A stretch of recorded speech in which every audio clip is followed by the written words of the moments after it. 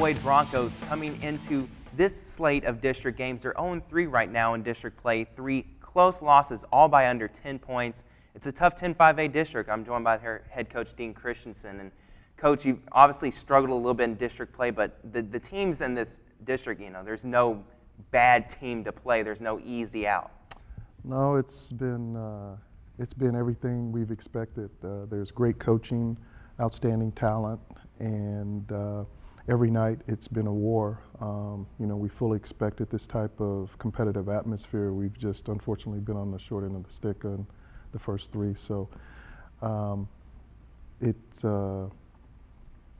you can't go through the district schedule and kind of mark your schedule and say, okay, this team isn't as strong. They're all strong, very, very strong teams, and very well coached, very well coached. In your non-district slate of games, you had a very successful run, won some really key games throughout that non-district schedule. What kind of stood out to you of some of the games that you've had in? Well, they were all competitive. They were all, we tried to play as many quality programs as we could find to put on our schedule early to prepare for this, because we knew it was going to be a tough run in district. One of the things that stood out, in those non-district games was our ability to execute down the stretch and just how hard the guys played. They really played hard.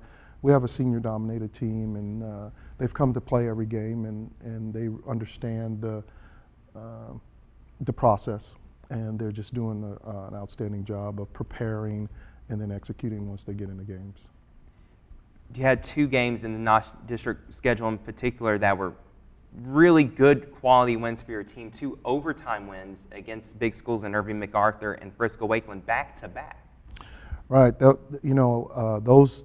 was a real, I would say, turning point early in our season as far as us establishing an identity and being able to do some things during the tough stretches of the game. You're always trying to find a pattern or a go-to guy or a go-to situation or some type of identity that you can fall back on or rely on when you get into tough situations in a game. And I thought during those games we identified who those people were, what those sequences were going to be, and how we were going to execute in those situations. And we got comfortable with it, and we were able to call those numbers and call those plays and execute those situations. And it worked out for us. Wakeland at the time was undefeated. I think they were about 15-0, and Irving MacArthur just has an unbelievably talented team. I mean, they're from 1 to 10, 1 to 12. They're probably one of the most talented teams I've seen. Go into district play, and you've had 3 losses, by 6 to Allen, by 8 to Plano East. Both those teams are undefeated in your district. And then just this past Friday, a close 3-point loss to McKinney. Real contrast of styles in that game. McKinney likes to run and gun. You guys play much more of a defensive, more controlled game. What ended up being the difference you feel in that game? Of the McKinney game? Of the McKinney game. Oh, well, shoot. That's a crosstown rival. Coach Watson and his staff, they do a super job. It was just a really high-quality played game. We had our chances, and they just persevered and played tough. And had some outstanding performances from a couple of their seniors, which we fully expected.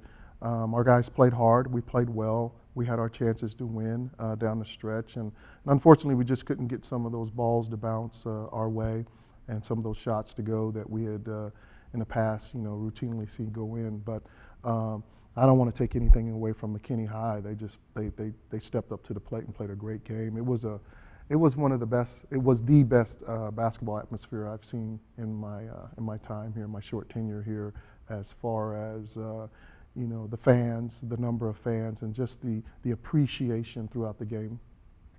Heading into these next 2 district games this week, you have Plano West coming up tonight. What, especially against the Wolves, they're another team that likes to try and score a lot of points. How do you take them out of their game? Well, you got to transition defense. You have to make sure that you force them into a half-court game, and you just can't let them get second chance opportunities. I mean, they're another very, very talented team. There's no pushovers in this league. Every night it's going to be a war. Every night there's something to contend with. Each team has their identity and the things that they like to do.